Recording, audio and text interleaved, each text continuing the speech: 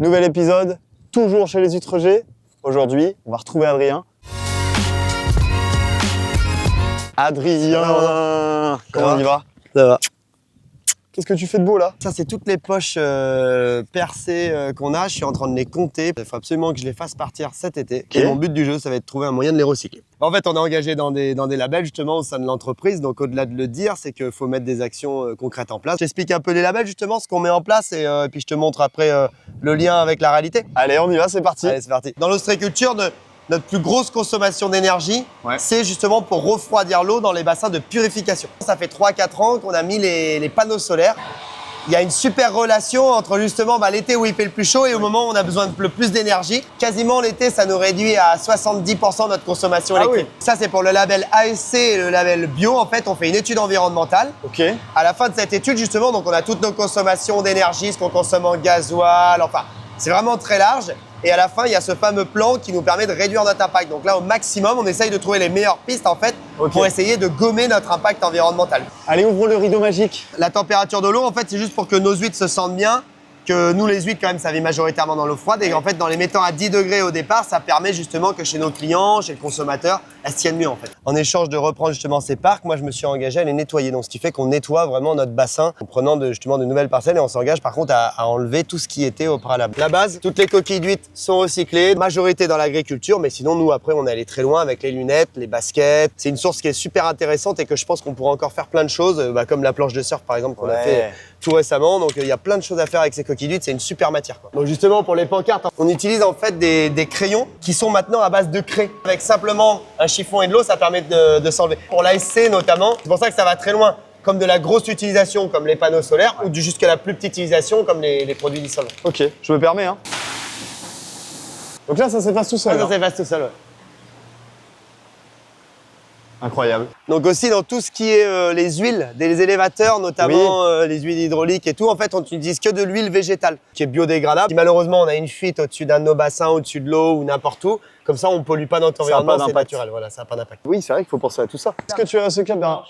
Il n'y a rien de recyclable. Il n'y a rien de recyclable chez toi, Bernard? Cet été, le projet ici, c'est qu'on va refaire notre chaîne de tri pour améliorer le confort des gens.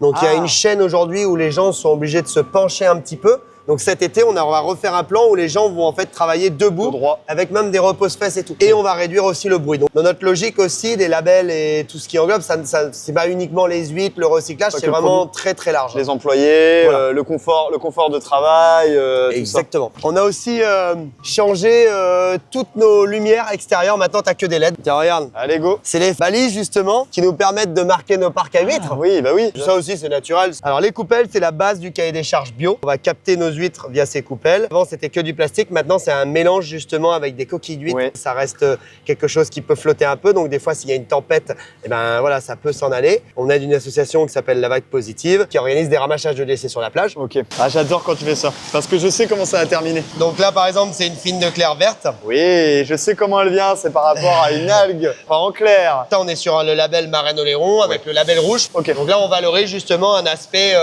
qualitatif pour le label rouge qui est unique au monde. Donc la verdeur, par exemple, pour nous dans l'éclair, et ça la met en valeur. Donc ça, on est vraiment sur la marque Marraine-Oléron, qui est un affinage dans l'éclair du bassin de Marraine-Oléron, allié à quelque chose qui est unique au monde, le fait d'avoir de la verdeur sur une huître. Elles sont toujours aussi belles. Hein. Nous, notre territoire, il est maillé de clairs ostréicoles. On est gardien, on limite en fait l'impact d'une crue. On rehausse les digues, on essaye de faire que nos clairs ne soient pas submersibles, parce que pour notre métier, c'est compliqué. Quand il y a des fortes submersions, en fait, ça fait déjà un premier barrage.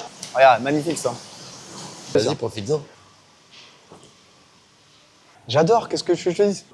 Hop, petit plaisir gourmand, tiens. Quand on emballe des huîtres, donc le petit son qui nous détecte qu'une huître est ébectée. Oui. Du coup, on va les ouvrir et on peut les transformer en plein de choses. Donc justement, la chair d'huître, donc nous après, on peut en faire justement des rillettes avec 50% de chair d'huître. Donc en fait, ces huîtres qui ont la coquille ébectée, on les ouvre, on prend la chair et on les transforme en d'autres produits. Ok. Donc la rillette, 50% d'huître. Le pâté, par exemple, 22% d'huître. Ah ouais. Ça, on peut l'acheter où, ça, Adrien? Bon, bah ça, on peut l'acheter partout, dans les poissonneries, sur notre site internet, partout où il y a du G, partout où il y a des rillettes. On a des problématiques, on essaie d'y répondre et on essaie de trouver des choses que peut-être que d'autres personnes auraient besoin. Donc je vais te prendre un exemple très concret. Par exemple, nous, on a la forêt de la Courbe qui est juste à côté, justement là où on passe pour aller surfer. Dans cette forêt, je vois régulièrement l'ONF qui utilise des grillages, la même chose que nos poches, pour protéger les arbustes. Moi, j'aimerais bien nouer un partenariat avec eux, donc je leur passe un message. Leur donner nos poches à recycler recycler. Il pourrait se servir de ces poches-là pour entourer protéger les les arbres. arbustes. Pour tout ce qui est packaging, donc, que j'apprécie tout particulièrement, c'est le bois. Parce que là, le bois, nous, en plus, on est avec PEFC. Donc, Ouais. c'est-à-dire un arbre coupé, un arbre planté. Donc là, on est dans Ok. quelque chose de durable et de viable. Tout ce qui est en packaging G, je favorise vraiment le bois. Le bois, ouais. Pour recycler nos poches, Ouais. on peut en faire des panières, des petites panières à vin, des petites panières pour ramasser les coquillages. On fait travailler un ESAT, donc c'est des personnes en situation de handicap. Ok. Et on le fait aussi pour les rillettes et les pâtés d'ailleurs, c'est Ok. la même chose. Bah, merci beaucoup, Adrien. Mhm. Puis on se revoit très rapidement. Hein. Ouais, pas de problème, t'es bien vu.